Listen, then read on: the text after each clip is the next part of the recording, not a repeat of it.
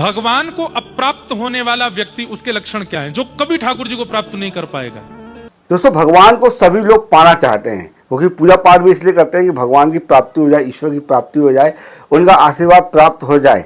लेकिन दोस्तों, आपके मन में कभी कभी विचार आया है, कभी आपने सोचा है कि भगवान किसको प्राप्त नहीं होते हैं? ऐसा कौन सा व्यक्ति, ऐसे कौन से लोग हैं, ऐसे कौन से विचार होते हैं जिसे भगवान उसके पास जाते भी नहीं, हड़कते भी नहीं है, इवन ये कह सकते हैं कि देखते भी नहीं हैं?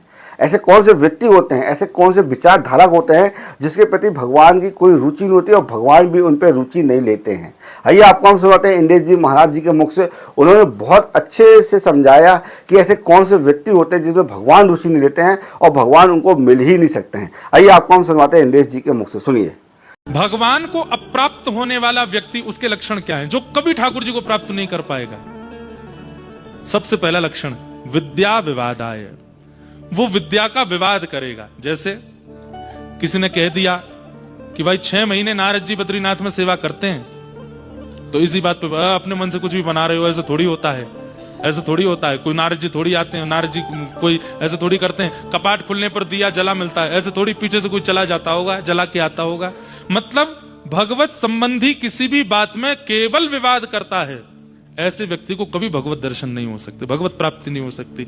आपने सुना इंद्रेश जी ने कितने बढ़िया तरीके से बताया कि जो विषय पे और जो भगवान के विषयों पर मतलब निंदा करते हैं, उनके विषयों को नकारते हैं और उनकी कथाओं को नकारते हैं, उनके जो विचार होते हैं भगवान के, उन विचारों से वो सहमत नहीं होते हैं और सिर्फ अपनी अपनी चलाते हैं, और जो शास्त्रों में लिखा है उसको भी वो बिल्कुल मानने से इनकार कर देते हैं। ऐसे व्यक्ति को ईश्वर कभी पसंद नहीं आते। स्वाभाविक सी बात है, क्यों पसंद में आएंगे भाई? जो शास्त्रों में लिखा है, जो पुस्तकों में लिखा है, अगर आप उनको नहीं मान रहे, जो संतों की बारी है उन्हें आप नहीं मान रहे, तो फिर आप किसकी मानोगे? मतलब आप जो कह रहे हैं वही सही होगा। मतलब आपका कहने का तात्पर्य होता है, कुछ लोगों की आदत होती है बहस करने की, वो जरा सी बातों में बहस करने लगते हैं, जरा सी बातों में वो मतलब ये सोचते हैं कि हम जो बोले वही सही है, बाकी सब गलत है। तो ऐसे व्यक्ति जो तर्क वितर्क करने वाले हैं, उनसे तो दूरी बनाना सबसे उचित बात होगी। और दूसरी बात यह है कि ऐसे व्यक्ति को ईश्वर तो छोड़िए, आसपास के लोग भी उन्हें लाइक नहीं करते हैं।